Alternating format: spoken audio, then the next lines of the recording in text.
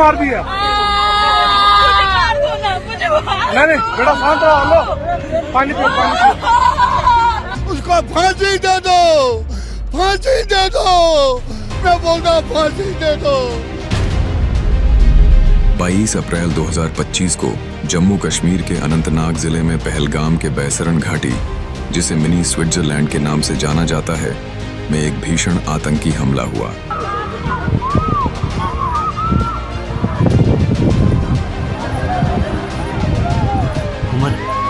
उमर वो ताजुल दे यार, उमरा चलना यार।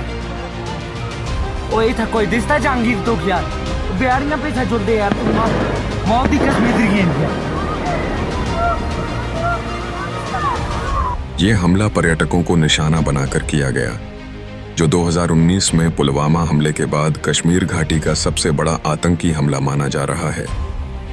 हमला मंगलवार दोपहर करीब 2:30 से 3:09 बजे के बीच हुआ, जब पर्यटक बैसरन घाटी में घुड़सवारी, पिकनिक और प्राकृतिक सौंदर्य का आनंद ले रहे थे। यह स्थल पहलगाम से लगभग 6 किमी दूर है और घने जंगलों व पहाड़ों से घिरा हुआ है। आतंकियों की संख्या और रणनीति। सूत्रों के अनुसार 2 से 6 आतंकियों ने इस हमले को अंजाम दिया। कुछ आतंकी सैन्य या पुलिस वर्दी में थे, जिससे पर्यटकों में भ्रम पैदा हुआ। उन्होंने पहले पर्यटकों के नाम, धर्म और पहचान पत्र की जांच की, कुछ से कलमा पढ़वाया और फिर अंधाधुंध गोलीबारी शुरू कर दी। आतंकियों ने AK-47 राइफल्स और ग्रेनेड्स का उपयोग किया। हथियार और तैयारी। खुफिया एजेंसियों के अनुसार आतंकियों ने हमले से पहले पर्यटन स्थलों और होटलों की रेकी की थी। कुछ आतंकी घने जंगलों में छिपे थे और बॉडी कैमरा पहने हुए थे। हताहत और घायल। मृत्यु। विभिन्न स्रोतों के अनुसार हमले में 20 से 28 लोगों की मौत हुई, जिनमें ज्यादातर पर्यटक थे। मृतकों में 2 विदेशी नागरिक, एक UAE और एक नेपाल से, 2 स्थानीय नागरिक और भारतीय नौसेना के लेफ्टिनेंट विनय नरवाल शामिल थे। मृतकों में उत्तर प्रदेश, गुजरात, महाराष्ट्र, कर्नाटक, तमिलनाडु और ओडिशा के पर्यटक थे।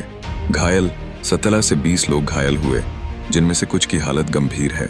घायलों को अनंतनाग के सरकारी मेडिकल कॉलेज और श्रीनगर के अस्पतालों में भर्ती कराया गया। कुछ घोड़ों को भी गोली लगी। विशेष मामले।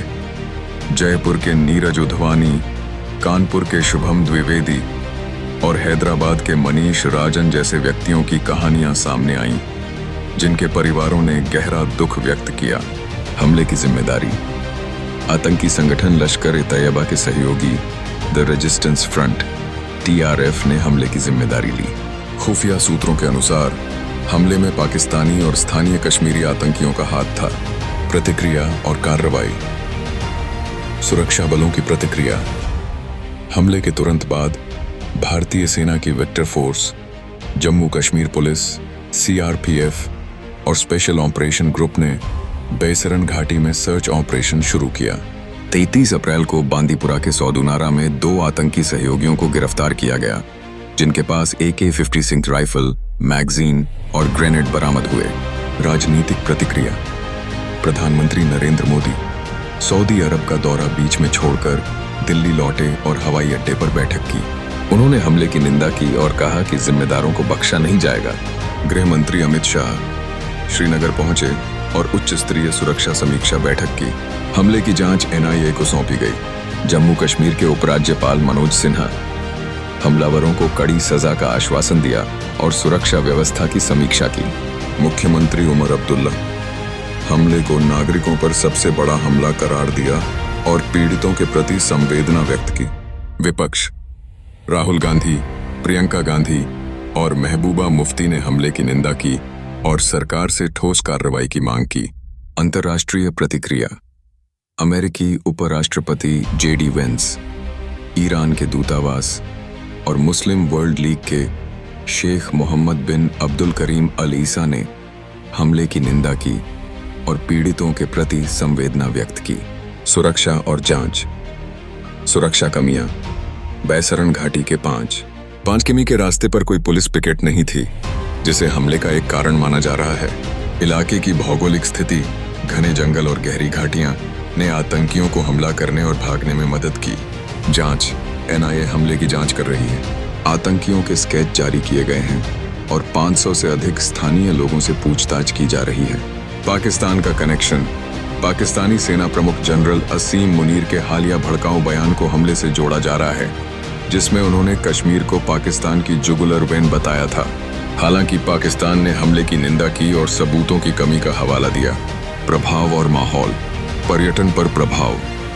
हमले ने जम्मू कश्मीर की पर्यटन इंडस्ट्री को बड़ा झटका दिया। पहलगाम में सड़कों पर सन्नाटा, दुकानों पर ताले और दहशत का माहौल है।